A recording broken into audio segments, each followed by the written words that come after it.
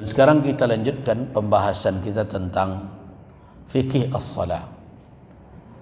Pada pertemuan yang lalu atau pekan yang lalu, kita telah membicarakan tentang rukuk. Tentang rukuk dengan segala hal yang terkait dengannya, sampai ke perkara tentang zikir yang dibaca di dalam rukuk. Sekarang kita masuk ke masalah al-i'tidal. Kita tahu bahwa i'tidal dari rukuk itu adalah rukun. I'tidal, apa makna i'tidal? Orang sering mengatakan i'tidal itu mangkik kepala, enggak.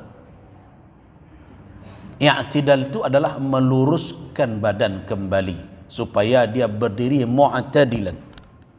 Di makna mu'tadilan itu artinya posisi tubuhnya kembali lurus. Itu yang dikatakan dengan i'tidal di dalam qiyam, ketika berdiri. Jadi kalau ada orang tidak jadi nyobangki kemudianlah sujud, sebenarnya dia tidak i'tidal. Lihat, ada sebagian orang solat yang begini. Perhatikan, baru saja dia apa? Dia ya, misal baru saja kan, setelah itu kemarin kemudian dia katakan samiallahu liman hamidah, itu langsung saja, dan dia tidak mu'tadil. So yang dikatakan i'tidal di dalam salat itu adalah kira-kira bertemunya mafasil. Mafasil itu adalah persendian-persendian tubuh kita dalam posisi yang tepat. Kalau mau dikolon tapek itulah turun lu balik. Nah, perangai orang solat hari ini adalah zikir-zikir solat tu nyobawa ke rukun berikutnya. Perangainya ayat nyoba rukuk, zikir rukuk nyoba tagak, zikir rabbana walakal hamdu nyoba sujud, entah kamanya sudah itu tidak tahu apa. Itu perangai Pak. Nah, lah jale ayatnya cuma qul a'udzu rabbin nas minal jinnati wan nasnya di bawah. Entah kama takajanya wallahu a'lam. Nah, jadi apa makna i'tidal di sini adalah raf'ur ra's, mengangkat kepala dari rukuk hatta yaquma, sampai dia berdiri mu'tadilan. Apa makna mu'tadilan? Yaitu posisi dari badannya itu lurus dan bertemu mafasil, persendiannya kembali, bukan membungkuk. Itu yang dikatakan i'tidal. Nah, ketahuilah bahwa kalau kita berbicara tentang i'tidal dari rukuk itu, wahwal qiyam, yaitu berdiri ma'atu ma'aninati ba'dar raf'i minar rukuk. Begitu ulama menjelaskan. Nah, yaitu berdiri setelah mengangkat kepala, di berdiri ya, bukan membungkuk, berdiri tegak. Ma'atu ma'ninah, dengan tumakninah. Nah, dengan tumakninah, bukan sekadar balik kemudian meluncur sujud, tidak. Ma'atu ma'ninah ba'dar raf'i, setelah mengangkat kepala minar ruku', dari ruku'. Dan itu adalah ruknun min arkanis salat. Itu adalah salah satu rukun. Artinya kalau tidak terpenuhi syarat dari i'tidal, berarti orang tersebut meninggalkan salah satu rukun salat. Nah, kalau rukun yang tinggal akibat dari salat batal. Jadi kalau kita tidak hati-hati, la salamualaikum wa salat tapi tidak dijaga. Kalau kita membaca ayat Allah Subhanahu wa taala, hafizu 'ala salawati was salatil wusta, hafizu 'ala salati 'ala salawati was salatil wusta. Apa makna dari hafizu di dalam surah Al-Baqarah ayat 238 itu? Makna hafizu, memelihara. Peliharalah salat. Para ulama mengatakan, ada yang mengatakan dua makna dari hafizu. Ada yang mengatakan 3 makna dari hafizu. Peliharalah. Yang pertama, memelihara salat itu hafizu ala awqatiha. Itu pertama tu. Pelihara waktunya. Kalau tidak ada uzur, kalau tidak ada uzur, jangan menunda salat itu. Sebab kalau menunda uzur, menunda salat tanpa uzur, itulah yang terkena oleh apa yang dikatakan oleh Allah dalam surah Al-Ma'un. Alladzina hum an salatihim sahun. Nah. Tapi kalau ada uzur mentakdim salat itu salah satunya safar, bermusafir. Orang yang bermusafir boleh memilih apakah dia akan takdimkan salatnya atau dia takhirkan salatnya, sama saja. Nah, kan ada pula sebagian orang yang tak mau mentakhir, alasannya kok mati sebab apa? Kalau mati wala berniat tadi untuk mentakhirkan.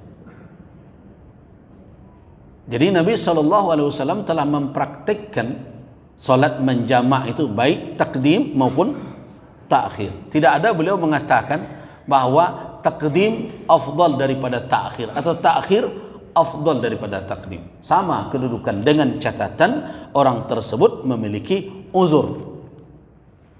Nah, jangan uzur dibuat-buat. Contoh uzur dibuat-buat, dek badak beko tapui kerana beralik tunda. Nah, tak masuk kategori uzur. Nah, itu yang perlu diingat. Jadi alasan badak tidak menjadi uzur.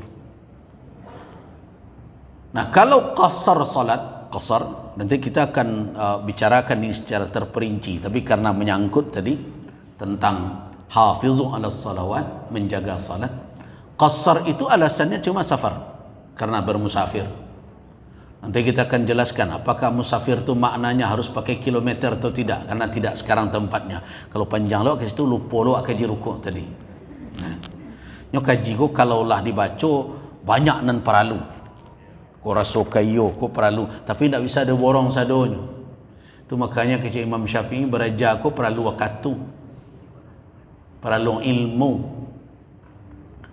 perlu waktu untuk mendapatkan ilmu. Nah, balik kita itu kalau qasar hanya safar. Tapi kalau menjamak, uzurnya tidak hanya safar. Bisa uzurnya karena sakit. Jadi orang sakit boleh menjamak tapi tidak mengqasar kalau dia tidak dalam keadaan bermusafir. Nah, gitu juga kalau seseorang dalam keadaan khauf, takut atau khawatir. Jadi misalnya terjadi gempa susul bersusul, seandainya nanti tidak sempat, bagaimana, ini belum berhenti juga misalnya. Nah, orang menjamak karena khauf, tidak ada masalah. Tetapi mengqasar tidak. Mengqasar alasannya hanya safar. Jadi kalau seseorang hendak bermusafir misalnya ke Jakarta, waktu zuhur dia masih di rumah dia, bolehkah dia mengqasar? Tidak. Karena syarat mengqasar dia sudah melakukan perjalanan. Tapi bolehkah dia menjamak salatnya? Boleh, karena dia sudah berazam, sudah bertekad untuk melakukan perjalanan. Itu berdasarkan hadis Nabi. Nabi SAW kalau akan berangkat, beliau tidak mengqasar salat di Madinah. Tapi kalau sudah keluar dari Madinah, di Bir Ali dan lain, baru beliau qasar. Nah, ini perlu juga, karena ada sebagian yang sakit bagaimana? Kalau dia bolak-balik terus berwudu, kondisi dia sedang dirawat dan dia butuh istirahat yang lebih panjang demi untuk memulihkan keadaannya, maka orang seperti ini punya hak untuk apa? Menjamak. Tapi dia tidak mengqasar. Nah, itu lebih memudahkan. Nah, dengan itulah kita tahu bahwa agama ini tidak mempersulit kita, tetapi menempatkan kita dalam kemudahan, sehingga hubungan kita dengan Allah tetap terjaga. Nah, jadi makna dari hafizu yang pertama apa?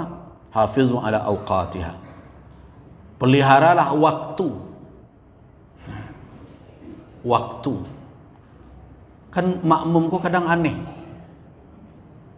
Nyendainya na dipeloknya imam wak penggagih. Kalau dibawa lainnya suruh qamat muazzin awak. Yo awak nak harus menjago. Kau nak imam senang hari-hari tarikh, awak tak lembek je datang. Jadi hafizu ala awqatiha, pelihara. Yang kedua adalah hafizu ala apa? Ala adaiha. Ini yang kedua yang kita bahas. Jagalah pelaksanaannya. Bagaimana kita menunaikannya. Berikan setiap gerak dan perkataan kita itu haknya masing-masing. Jadi dia punya hak. Ada haknya. Bacaan kita di dalam solat itu punya hak. Apa haknya? Yang panjang panjang, yang pendek dipendekan. Orang banyak nak memberikan hak dalam berzikir. Mulanya zikirnya la ilaha illallah tu bunyinya lahak. Tengah orang berdoa tidak diberikan haknya. Elok-elok membaca doa kok kaya baca benar. Kau hidup min tu. Ayat Al-Quran tu setiap huruf tu ada haknya. Baik hak dari sisi makhrajnya. Dan mestinya syafahi yang di bibir bawa ke bibir. Yang mestinya di tenggorokan bawa ke tenggorokan. Nah, jangan sama saya antara sya dengan sa. Tak sama dia tha. Itu haknya. Itu hak huruf namanya. Begitu juga haknya dari sisi apa? Tajwidnya, yang madnya. Berapa harakatnya? Kan enggak.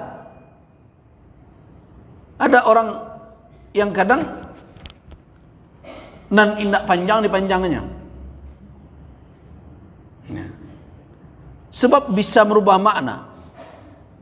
Kalau dibaca ayat la yuzlamuna fatila, la yuzlamuna fatila, fatila, la panjang artinya tidak. Tapi kalau dihilangkan panjangnya itu la yuzlamuna fatila, itu artinya kebalikan. Kalau tadi sedikit pun mereka tidak akan dizalimi, itu la yuzlamuna fatila, fatil. Jadi la yuzlamu panjang la, tidak artinya. Tapi kalau la yuzlamuna fatila, maknanya sungguh mereka akan dizalimi walau sedikit saja. Apa beda maknanya dari la dengan la?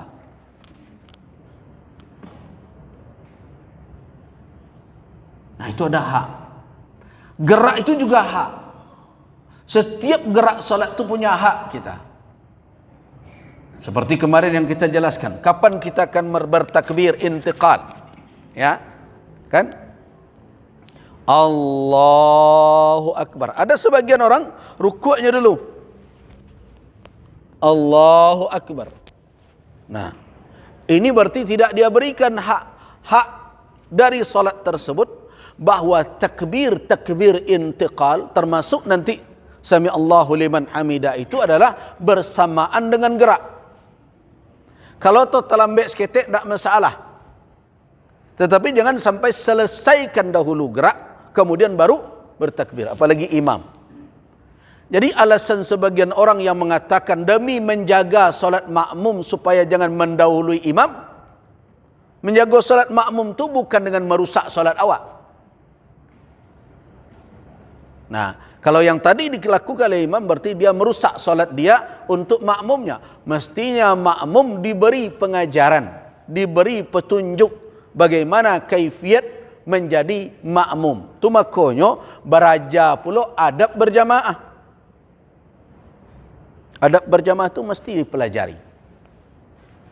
Termasuk awak calik orang tagak, kan sebagian orang gini candu tagak belakang imam tu. Pas imam ragu, tak ada nak menunjuk nyon yang 10, tapi dia tagak sinan. Makanya Nabi SAW mengecekkan ambok dan di belakang ambok adalah orang yang bisa mengingatkan. Namanya fathun di dalam salat, mengingatkan. Kau hendak hafalan kul sajanya. Dan imam baca surah Al-Baqarah. Tiba ragu imam, dan imam tak tekanan, dan di belakang tak lo tahu. Nah karena itu ya di belakang imam tu calik-calik. Kalau ada qari, kalau ada nan hafiz atau ada nan alim, ya sudah, beliaulah persilahkan di dakik itu. Tak usah awak di situ. Jadi saf awal itu sebaiknya iya dikejar, tetapi yang di belakang imam khususkan kepada orang setidaknya nan berimbang dengan imam. Supaya bukan hanya sekedar bacaan, termasuk juga dari sisi ilmu tentang salat. Sebab kalau imam tersalah, terkhilaf, terlupa, siapa yang akan mengingatkan? Tidak orang di belakang yang ingatkan, subhanallah. Kau tidak, imam salah lalu saja, tidak ada denganan. Nah, itu pentingnya yang ada di belakang. Nah, itu salah satu adab berjamaah. Belum lagi adab meluruskan saf. Coba lihat, saya perhatikan, pernah saya salat berjamaah di satu masjid, sambungannya saf di sudut itu. Sudah saf pertama ciek penuh, tu sambung di situ. Nah, berarti ini belum belajar bagaimana adab berjamaah. Sebab di dalam adab berjamaah, imam itu posisinya berada di tengah. Tawassatul imam.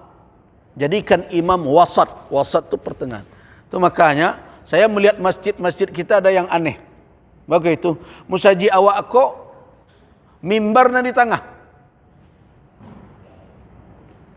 Imamnya miring ke kidal. Itu kan tidak tepat. Mestinya nan di tengah itu apa? Imam.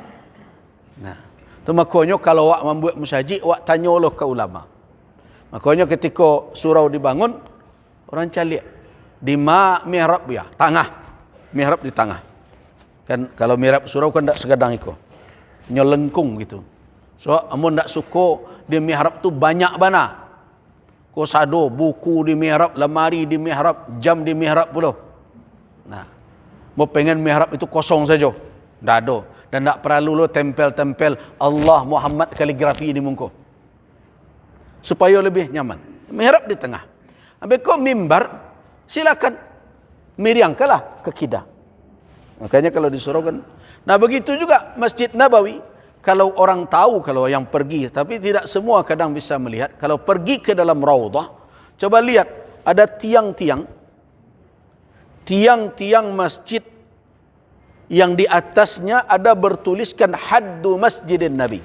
Kalau pergi ke Masjid Nabawi, di atasnya itu ada Haddu Masjidin Nabi. Haddul Masjidin Nabi. Batas Masjid Nabi. Kira-kira 11 tiang. Mulai dari apa? Dari kubur Rasulullah, dari kamar batas dinding kamar beliau itu. Dulu kamar. Nah, kamar Aisyah, hitung kira-kira 11 kalau tidak salah. Nah, kemudian ke belakang juga sebegitu. Nah, itulah besarnya masjid ketika ditinggal oleh Rasul sallallahu alaihi wasallam. Kemudian terjadi perubahan, renovasi demi renovasi. Nah, coba perhatikan kalau ukuran tiang itu, coba perhatikan mihrab Nabi di mana? Berada di tengah. Mimbar beliau akan miring ke arah kanan kita yang menghadap ke mihrab. Kalau orang menghadap ke jamaah, berada sebelah kiri dari imam. Kalau seperti ini, berarti di situ. Nah, jadi posisi imam sebenarnya di mana? Di tengah. Bukan di samping sini. Nah, mimbar itu yang mesti digeser ke kiri. Kenapa? Karena secara syar'inya, menurut syariatnya, imam itu berada di wasat. Tawassatul imam. Imam posisinya berada di tengah. Jadi kalau kita di belakang menyambung saf, tidak usah di sudut situ. Di tengah-tengah. Itu makanya sekarang orang mulai menunjukkan bagaimana kaifiat. Kalau imam sendiri, makmum surang. Di mana dia? Di samping imam. Ketika ada makmum yang kedua, apakah imam yang maju ke depan atau makmum yang mundur ke belakang? Maka posisi berikutnya adalah makmum yang kedua setentang imam. Nah, kalau ada makmum yang ketiga, dia berada di sebelah kiri dari makmum yang kedua, sehingga akhirnya posisi imam berada di tengah. Nah, itu hafizu ala salawat. Jaga salat itu baik munfaridan sendiri maupun berjamaah. Yaitu menjaga ada itu pelaksanaannya, kaifiatnya bagaimana. Setiap rukun. Setiap baik rukun fi'li maupun rukun qauli. Begitu juga rukun qalbi. Kan kita kalau kita bagikan 3 rukun salat. Rukun fi'li. Seperti rukuk itu rukun fi'li. Kemudian sujud itu rukun fi'li. Berdiri bagi yang sanggup itu rukun fi'li. Ada rukun qauli. Apa rukun qauli itu? Takbir di awal. Apa lagi rukun qauli? Al-Fatihah. Rukun qauli. Nah, kemudian ada rukun qalbi. Rukun qalbi berapa? Ada 2. Yang pertama apa? Niat. Rukun qalbi. Jadi kalau ada orang tidak berniat di hatinya, walaupun di mulutnya usalli fardal maghrib, tapi hatinya tidak berniat, tidak dipandang. Karena apa? Mahallun niyatil qalbu. Tampik niat itu di hati. Itu rukun qalbi. Yang kedua apa rukun qalbi? Khusyuk. Khusyuk itu rukun qalbi. Nah, rukun qalbi. Nah, jadi menjaga setiap rukun itu ada haknya. Berikan haknya. Kalau dikecekkan di dalam petunjuk itu tumakninah, berarti itu hak. Jadi tidak bisa awak solat bak nang kalamak dia awak saja. Itu sami Allahu liman hamidah Allah. Rukuk itu punya hak, tumakninah. Berdiri i'tidal, tumakninah. Nah, kemarin ketika rukuk kita sudah jelaskan, aqal minimal tumakninah itu adalah seseorang telah berada dalam posisi rukuk ketika dia apa? Membaca apa? Subhana rabbiyal azim sekali. Itu adalah hak dari rukuk. Jadi kalau ada orang kan Allahu akbar subhana sami Allah, subhana saja belum terpenuhi rukuk. Tumakninah rukuk belum. Karena itu kadar minimal tumakninah rukuk itu adalah sekali dia mengucapkan zikir subhana rabbiyal azim. Nah, jangan dikurangi dari itu. Kalau mau melebihkan 3 bahkan 7 silakan. Nah, karena tidak ada batasan lebihnya. Tetapi untuk kadar minimalnya, 1 kali tasbih itu di dalam keadaan seseorang rukuk, bukan dalam bergerak ya.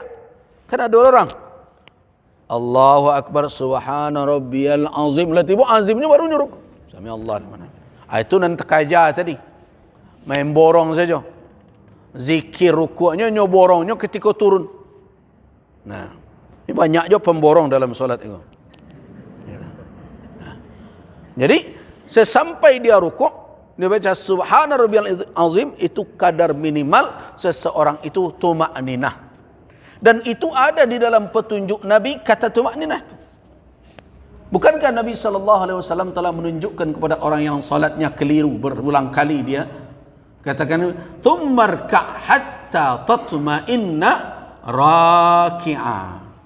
Kemudian rukuklah engkau sampai engkau tumakninah rukuk.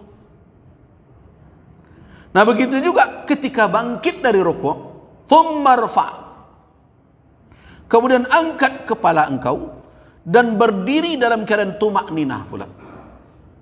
Nah, itu yang dikatakan dengan rafa' atau i'tidal. Jadi i'tidal apa tadi? Al-qiyamu ma'at tumakninati, berdiri bersama tumakninahnya ba'da raf'i minar ruku', setelah mengangkat kepala dari ruku'. Jadi kalau tidak pakai tumaknin berarti tidak terpenuhi apa yang menjadi hak dari i'tidal. Kalau tidak terpenuhi berarti orang tersebut tidak memenuhi rukun dari salat. Kenapa? Karena bangkit dari rukuk dengan tumakninah itu ruknun min arkanis salat, adalah salah satu rukun salat. Apa dalilnya? Dalilnya adalah hadis Nabi, "Tsummarfa hatta ta'tadila qa'ima." Angkatlah kepala engkau sampai i'tidal. Apa makna i'tidal? Luruskan badanmu di mana posisi mafasil persendianmu kembali tegak lurus seperti kamu berdiri. Jadi model itu. Jadi kalau bungkuk juga baru berarti belum lagi i'tidal. Jadi i'tidal itu lurus kembali badan, kemudian baru kemudian sujud. Nah, berdasarkan kepada hadis Nabi sallallahu alaihi wasallam itu Nabi katakan tsummarfa hatta ta'tadila qa'ima.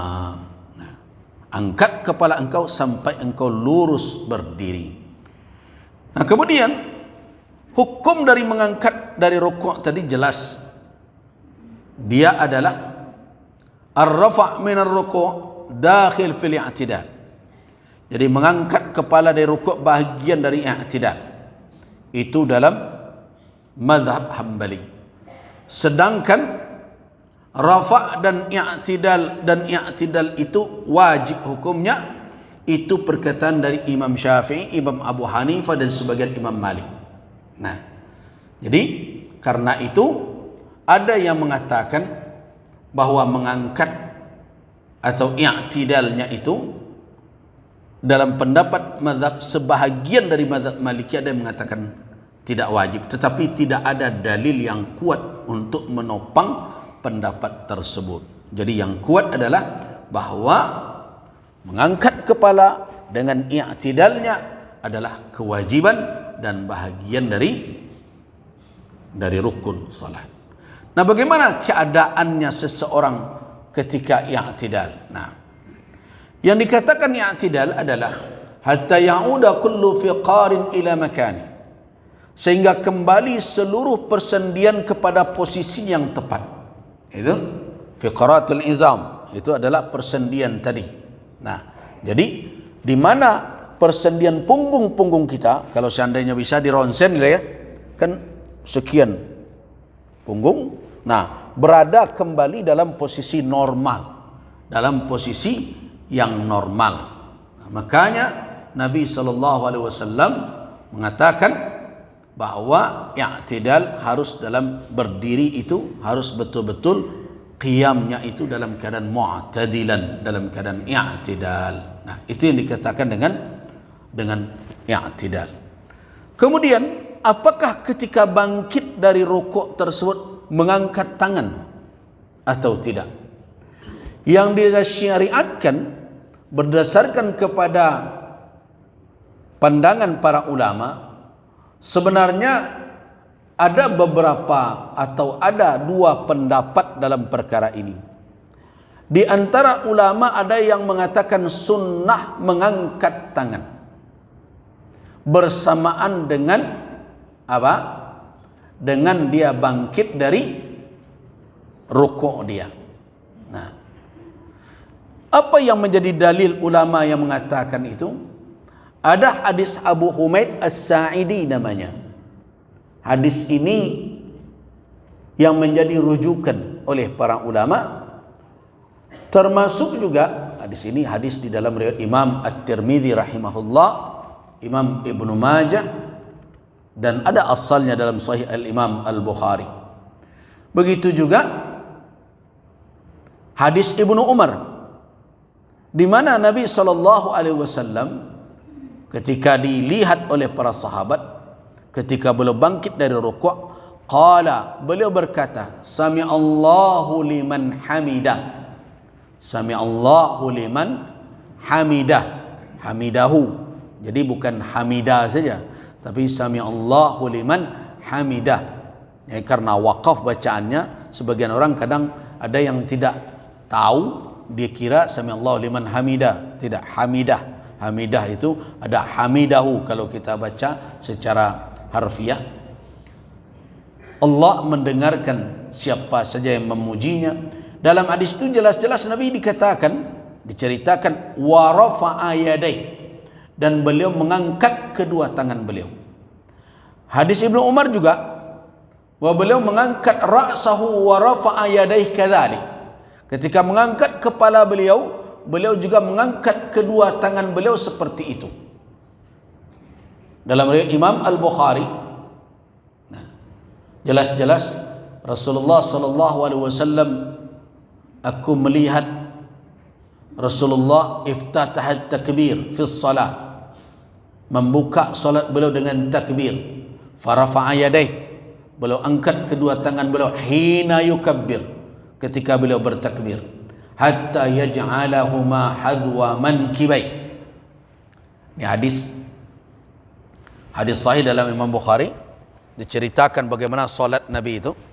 Rasulullah sallallahu alaihi wasallam iftataha, membuka salat beliau dengan takbir, wa rafa'a yadayh, dan mengangkat kedua tangan beliau hina yukabbir, ketika sedang bertakbir.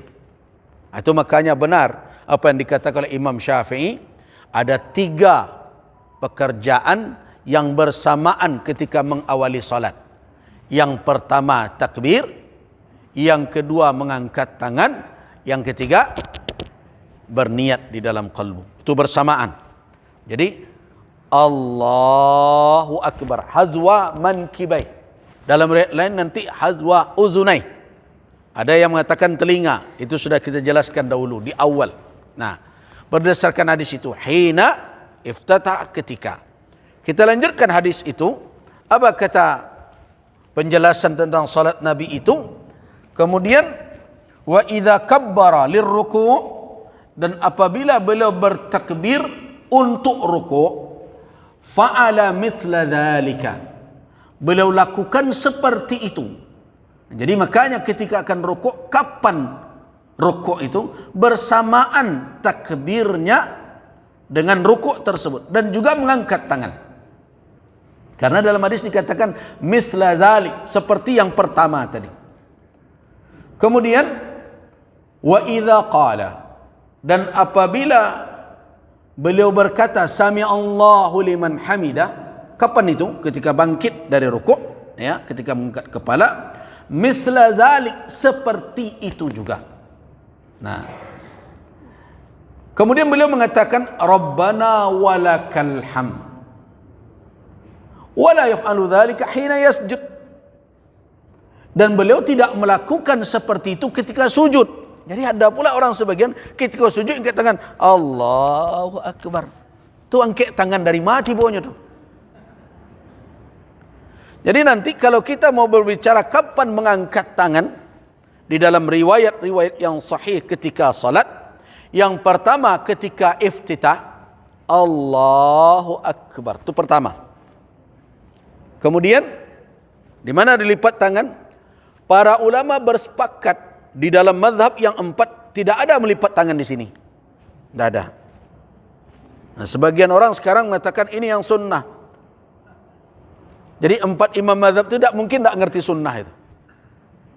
Nah, makanya bahkan Imam Ahmad bin Hanbal, Imam Ahlul Hadis, Imam Ahlus Sunnah, Imam Ahlul Hadis mengatakan ini makruh. Melipat tangan itu di sini atau di sini. Nah, Imam Malik mengatakan begini saja, tidak melipat tangan. Tapi yang lain mengatakan ini. Kenapa? Karena ala sadri, di dada itu maknanya lawan dari punggung. Jadi bukan di dada maknanya begini, tetapi lawan dari punggung, lawan belakang. Artinya beliau melipat tangan beliau di depan, bukan di punggung Madeliko gitu. Itu maknanya yang dijelaskan oleh para ulama. Nah, kemudian terusnya mengangkat tangan pertama. Angkat tangan yang kedua adalah ketika beliau rukuk. Misla zalik, Allahu Akbar. Nah, kemudian ketika rafa dari rukuk, sami Allahu liman hamidah. Ya kan? Nah, kapan lagi yang keempat? Yang keempat nanti ketika qiyam, berdiri dari tasyahud awal. Itu tentu salat yang ada tasyahud awalnya. Nah, itulah tempatnya. Jadi tidak setiap rakaat. Ada pula orang bangkit dari rakaat pertama Allahu Akbar. Tidak, itu iftitah yang begitu. Ketika bangkit dari rakaat pertama tidak disunnahkan untuk mengangkat kedua tangan kembali. Tapi yang disunnahkan mengangkat kedua tangan ketika orang bangkit dari tasyahud awal. Itu tuh salat yang punya tasyahud awal, salat maghrib, salat zuhur, salat asar dan salat isya. Salat subuh tidak ada tasyahud awalnya, satu saja tasyahud. Nah, Jadi 4. Nah, kita perhatikan hadis Imam Bukhari tadi, ketika beliau mengatakan Rabbana walakal hamd fa'ala mislah. Ketika Nabi mengatakan Rabbana walakal hamd, sami'allahu liman hamida, Rabbana walakal hamd. Ketika beliau mengatakan sami'allahu liman hamida, bangkit dari rukuk, fa'ala mislah. Beliau lakukan seperti tadi awal takbiratul ihram, yaitu mengangkat tangan. Sudah 3 kan?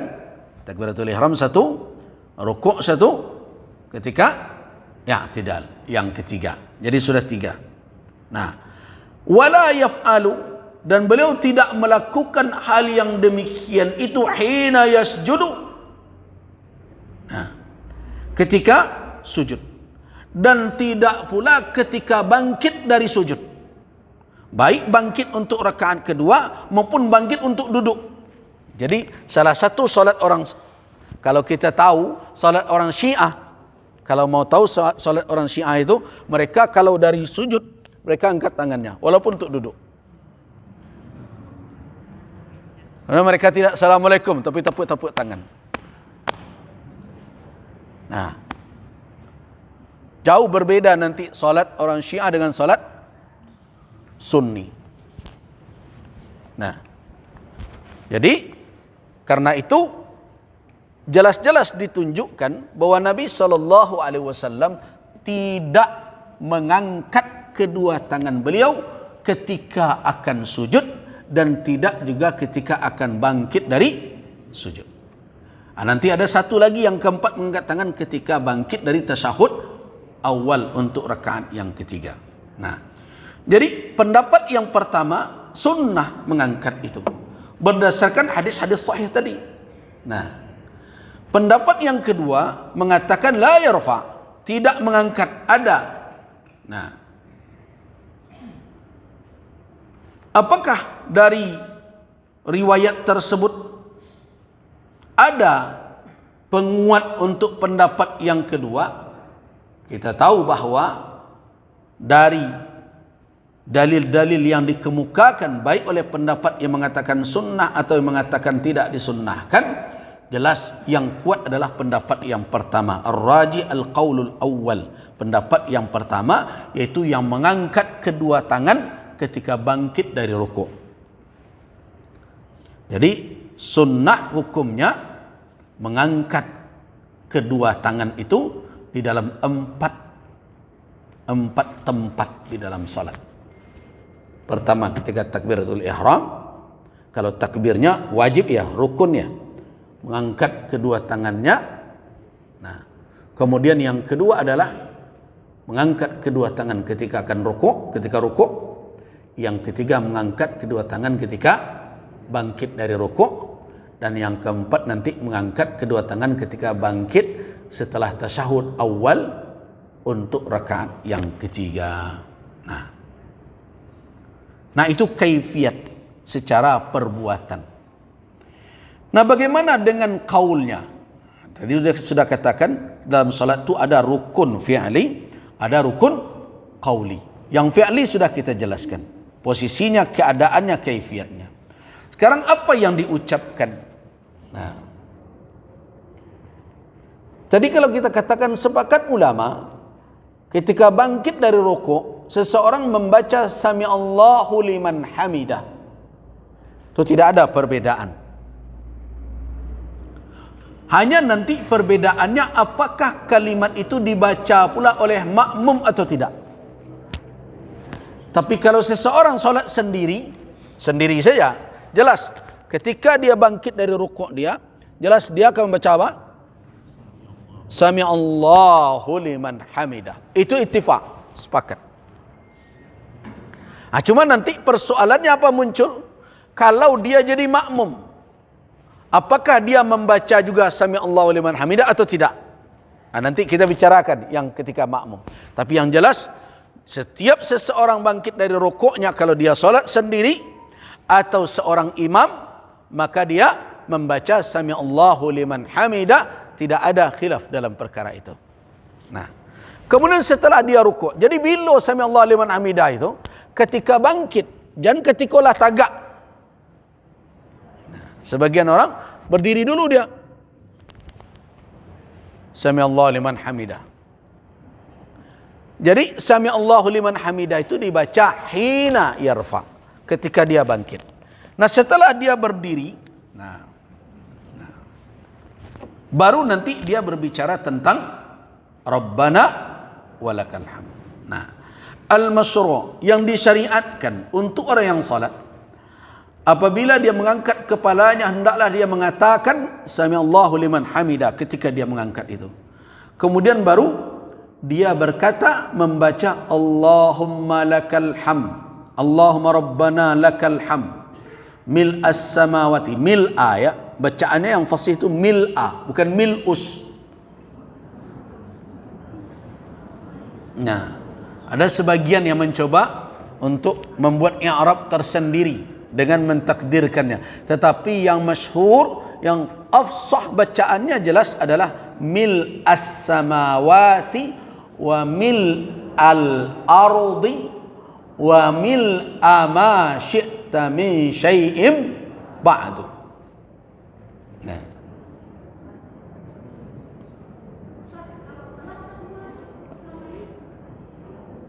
pelok saya lalai nan lalu jadi fikirnya.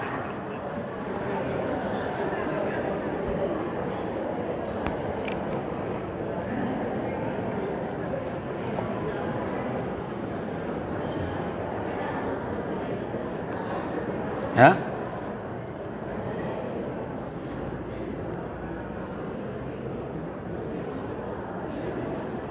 Jadi bacaannya adalah mil as-samawati wa mil al-ardi wa mil ma syi'ta min syai'in ba'du. Jadi fathah, bukan rafa, bukan mil'u. Walaupun nanti kalau tanya, kan mungkin ya, tetapi yang kita dengar selama ini, yang kita baca di dalam hadis-hadis, jarang ulama membacanya mil'us samawati. Yang baca adalah mil as-samawati wa mil al-ardi wa mil ma syi'ta min syai'im ba'du. Jangan lalu je dipikir kau nak ketiba awak ngaji. Nak lalu bah ubahnya lain. Ya. Ya, saya itu dahulu nak dapat itu di kerajaan. Kemudian kalimat Allahumma rabbana walakal hamd, saya sering mendengarkan juga, dikirim kawan-kawan bertanya, apakah ya bid'ah lo kalau beko bunyinya? Nah, saya ingin katakan bahwa kalimat rabbana walakal hamdu itu tidak satu lafaz datang dari Nabi SAW dalam berbagai riwayat. Nah, dalam berbagai riwayat ada bunyinya Rabbana lakal hamdu. Rabbana lakal hamdu. Itu sigat pertama.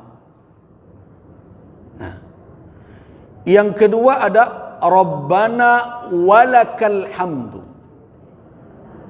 Sigat yang kedua pakai waw. Yang pertama Rabbana lakal hamdu.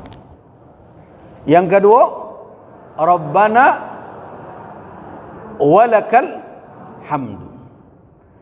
Yang ketiga Allahumma rabbana lakal hamdu, pakai Allahumma. Jadi kalau nan di atas pertama tadi Rabbana lakal hamdu, tak pakai waw. Yang kedua Rabbana walakal hamdu. Lafaz yang ketiga Allahumma rabbana lakal hamd. Lafaz yang keempat Allahumma rabbana walakal hamd. Jadi ada 4 lafaz. Dan itu ada di dalam hadis-hadis. Sebenarnya siasana membaca dengan sigat manapun, dia telah mengamalkan sunnah. Jangan ada ni kecek orang tak sunnah apa. Nah, namun kalau kita berbicara afdal, nah, ukuran afdal ni kan macam-macam kadang-kadang. Tetapi kalau kita lihat dari sisi riwayatnya, tentu yang afdal itu dari sisi kalau dicalik kitab hadis, maka yang afdal itu adalah pakai waw. Rabbana walakal hamdu mil as-samawati wa mil al-ardi wa mil ma syi'ta min syai'im ba'du. Nah, jadi kalau dari sekian lafaz itu, saya termasuk yang memilih adalah Rabbana walakal hamd, pakai waw. Kenapa? Ada dua alasan. Yang pertama, dia ada di dalam As-Sahihain. Lafaz seperti ini ada di dalam Sahih Bukhari dan Sahih Muslim.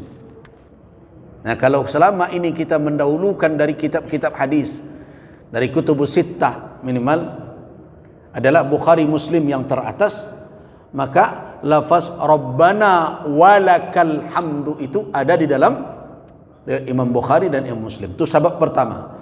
Sebab yang kedua, lianna fiha ziyadah wahyal waw. Nah, karena ada tambahan waw. Tambahan waw ini ajra bil qabul. Ini memiliki makna ya Tuhan kami walakal hamd, menunjukkan ada lebih penegasan di situ. Nah, sedangkan kalau kita membaca pakai Allahumma, mana yang afdal? Yang afdalnya yang tanpa waw. Jadi kalau kamu membaca Allahumma, afdalnya Allahumma Rabbana lakal hamd. Kalau tidak akan pakai Allahumma, baca Rabbana walakal hamd. Nah, pilihlah antara yang dua itu. Nah, kenapa? Karena itulah asyhar, yang lebih masyhur, yang lebih sahih. Nah, walaupun tentu manapun lafaz yang dipilih dari nanampe itu sudah mendatangkan, sudah memenuhi ketentuan sunnah membaca zikir tersebut. Nah, jadi kalau kamu membaca Allahumma, tidak usah datang wawnya. Allahumma lakal hamdu mil as-samawati wa mil al-ardi wa mil ma syi'ta min syai'im ba'du. Tunan singkeknya tu. Nah, kalau tidak akan pakai Allahumma, Rabbana walakal hamdu mil as-samawati wa mil al-ardi wa mil ma syi'ta min syai'im ba'du. Nah, itu bacaan dalam salat. Ada di antara ulama yang mengatakan baca sesadonya tapi perganti-gantian. Karena sadonya datang dari Nabi. Ada kemungkinan satu kali Nabi membaca ini, satu kali Nabi membaca yang lain. Sama dengan doa sujud, doa rukuk kemarin yang kita jelaskan. Nah, napa dia awak assalamualaikum subhana rabbana subhana rabbikallah apa? Rabbana wa bihamdikallahumma firli. Nah, tetapi apakah hanya satu itu saja? Tidak. Ada subhana rabbiyal azim. Ada dalam lafaz lain pakai wa bihamdi. Ada lain subuhun quddus rabbul malaikati war ruh. Ada subhana dzil jabarut wal malakut wal kibriya wal azamah. Di antara ulama ada yang berpendapat karena seluruh doa itu warada datang dari Rasulullah sallallahu alaihi wasallam, maka hendaklah indak dimonotonkan, ditetapkan itu saja. Subhanakallah rabbana wa bihamdikallahumma firli saja. Sejak umur 5 tahun dak solat dulu sampai kini itu saja. Nah, sekali-sekali baca yang lain. Kenapa? Karena ada tanawwu, ada beragam makna. Walaupun isinya seluruhnya tasbih, tetapi ada model atau nawa' macam dari tasbihnya. Seperti subuh, quddus, rabbul malaikati war ruh. Nah, di antara ulama yang begitu. Nah, tetapi kalau kita mau membaca, sebaiknya bacalah seperti apa yang sabit, yang telah ada ketetapannya dari sunnah, tidak dikarang dah. Itu makanya hafal salah satunya. Tadi kenapa tidak ada pakai Allahumma Rabbana walakal hamd? Kan ada sebagian. Kenapa yang afdalnya Allahumma Rabbana lakal hamd kalau pakai Allahumma? Karena ada pendapat di antara ulama seperti Ibnu Qayyim Al-Jauziyah rahimahullah. Nah, Ibnu Qayyim mengatakan bahwa lam yathbut fi sunnati anna an-nabiy sallallahu alaihi wasallam qala Allahumma rabbana walakal hamd. Jadi kalau pakai Allahumma sebaiknya tidak pakai waw. Tapi kalau tidak memakai Allahumma, afdalnya membaca pakai waw. Rabbana walakal hamd. Nah, ada pendapat ulama mengatakan wal aula, yang lebih baik lil musalli, bagi orang yang salat, ayyunawwi'a bainal arba', dia perganti-gantikan antara yang empat itu. Ya tentu persoalannya awak namu saja, cuma apanya ku nampak ya. Karena awak lah banyak menyarah saja. Gitu. Jangan ditukar-tukar lo doa dulu ya. Bagus itu nalamu saya payah juga. Nah, tetapi itu bukan alasan awak taruh jo mengecekkan. Menuntut ilmu tu tidak pernah berakhir. Nah, kemudian bagaimana dengan makmum? Nah, ini pembahasan kita terakhir untuk pertemuan sekarang. Nah, makmum bagaimana? Dalam perkara ini tadi saya katakan terjadi ikhtilaf ulama. Apakah makmum juga mengatakan sami Allahu liman hamidah? Padahal imam sudah mengatakan sami Allahu liman hamidah. Nah, dalam perkara ini ada dua pendapat ulama. Nanti kita pilih mana yang lebih kuat. Pendapat pertama, la yusra'u lil ma'mumi, tidak disyariatkan untuk makmum mengucapkan sami Allahu liman hamidah. Jadi makmum cukup membaca nanti Rabbana walakal hamd. Nah, siapa yang berpendapat seperti ini? Ini kalau dari empat madhab, 3 madhab memilih ini. Berarti jumhur ulama 3 madhab memilih makmum tak satu baca sami Allah liman hamidah. Itulah madhab Maliki, itu juga madhab Hanafi, dan begitu juga madhab Hambali. Nah, apa dalil mereka? Dalil mereka adalah hadis Anas ibni Malik menceritakan anna Nabi sallallahu alaihi wasallam bersabda. Nah, apa kata Nabi sallallahu alaihi wasallam?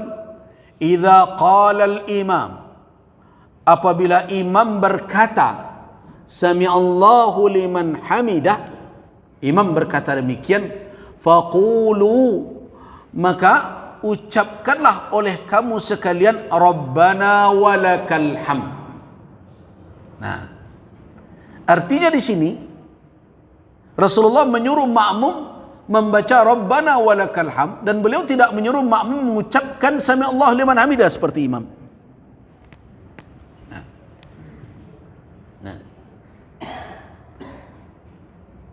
Nah, ada ulama lain yang menjawab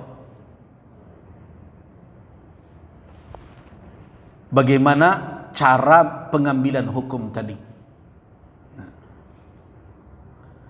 Ada yang mengatakan itu tidak menunjukkan bahwa sami Allah liman hamidah tidak dibaca.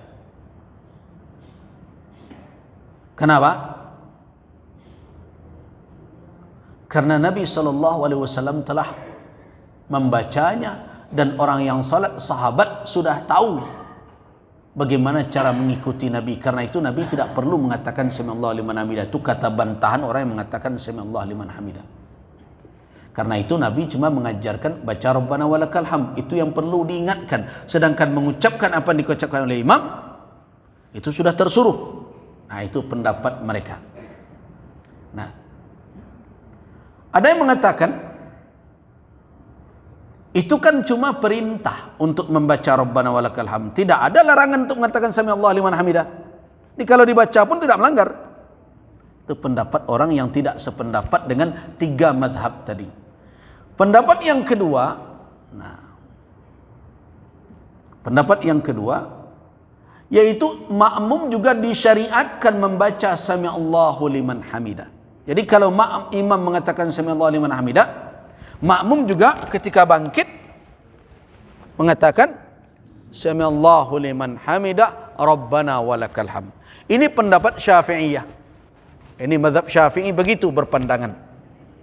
Nah, Ibnu Hazm Al-Andalusi Al-Zahiri juga demikian berpendapat, termasuk sahabat Imam Abu Hanifah yaitu Abu Yusuf dan Muhammad Ibn Al-Hasan Al-Hanafi. Ibn Al-Hasan yaitu murid dari murid dan sahabat Imam Abu Hanifah juga berpendapat demikian. Alasannya adalah secara umum, nah, Rasulullah SAW telah menunjukkan cara beliau solat. Cara solat Nabi kalau bangkit dari rukuk apa beliau baca? Sami'allahu liman hamidah. Dan beliau mengatakan kepada sahabat beliau, sallu kama ra'aitumuni usalli. Salatlah kamu sekalian sebagaimana kalian salat. Nah, melihat saya salat. Nah, kalau Nabi membaca sami'allah, kenapa kita tidak ikut beliau? Nah, itu alasannya. Nah, ini perbedaan ini sangat kuat dari sisi kedua dalil. Bahkan sebagian ulama ada yang mengatakan kondak ada wak bisa menentukan mana yang rajih, mana yang marjuh, mana yang kuat, mana yang kurang kuat. Ada yang mengatakan terserah salah, pilih yang ketujuh. Nah, tetapi saya lebih cenderung kepada mengatakan kalau kita berjamaah. Nah, karena kan secara umum ketika kita bangkit dari rukuk membaca sami'allahu liman hamidah, ini tidak ada masalah.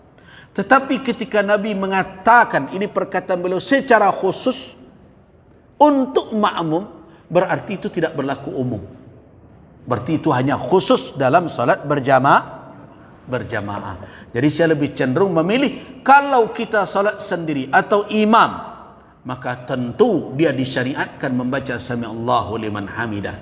Tetapi bagi makmum cukupkan saja membaca Rabbana walakal hamd. Tapi kalau dibaca sami'allahu liman hamidah, rusak lo salat awak? Tidak. Nah, tidak rusak. Nah, itulah tentang i'tidal. Nah, tentu bagaimana, apakah doa itu hanya sampai ma syi'ta min syai'in ba'du saja, atau ada tak doa lain? Awak ko salamuiku acuk mencukuikan di sinan saja. Kenapa? Karena ibadah awak ko acuk mambil stylenya, modelnya minimalis style. Kan itu gunanya mengaji supaya tahu ternyata banyak ibadah awak ko dan minimalis style saja. Tak rumah serupa dan minimalis. Ibadah minimalis style. Saya contoh wajah tua dulu ketika awak bahas, ternyata minimalis style pula. Dan diajar di dalam sunnah tak sependek itu, 2 kali itu. Tapi nan awak sukona memotong sampai ke sini. Disuruh alih kau dia awak, Allahumma ba'idlah nalai sempurna. Kalau tak nalain payah lo mapa buya tu aguno beraja. Jadi karena itu ternyata doa atau zikir setelah i'tidal itu, setelah rafa' itu tidak hanya sebatas ma syi'ta min. Nah, tidak hanya sebatas itu saja. Ada nanti zikir-zikir lain di dalam kita berdiri dari ruku. Nah, tapi kita lanjutkanlah. Tapi saya mohon maaf bukan pekan depan. Karena saya harus ke Jakarta untuk membimbing manasik haji. Kebetulan saya diajak orang pula untuk pergi haji. Saya belum bertemu dengan jamaah saya yang mungkin lebih kurang mungkin 100-an atau berapa. Jadi jadwalnya hari Selasa, Senin Selasa depan. Jadi saya mohon izin untuk 1 kali kita istirahat. Tapi diulang-ulang juga kaji awak, beko lupa saja. Ketika Selasa berikutnya kita sambung, tak tekan alun yang kini. Nah, inilah kalau kita mengaji bersambung, maka kajian-kajian yang lalu itu harus kita ingat karena dia berkelanjutan. Baik, kita cukupkan, kita cuma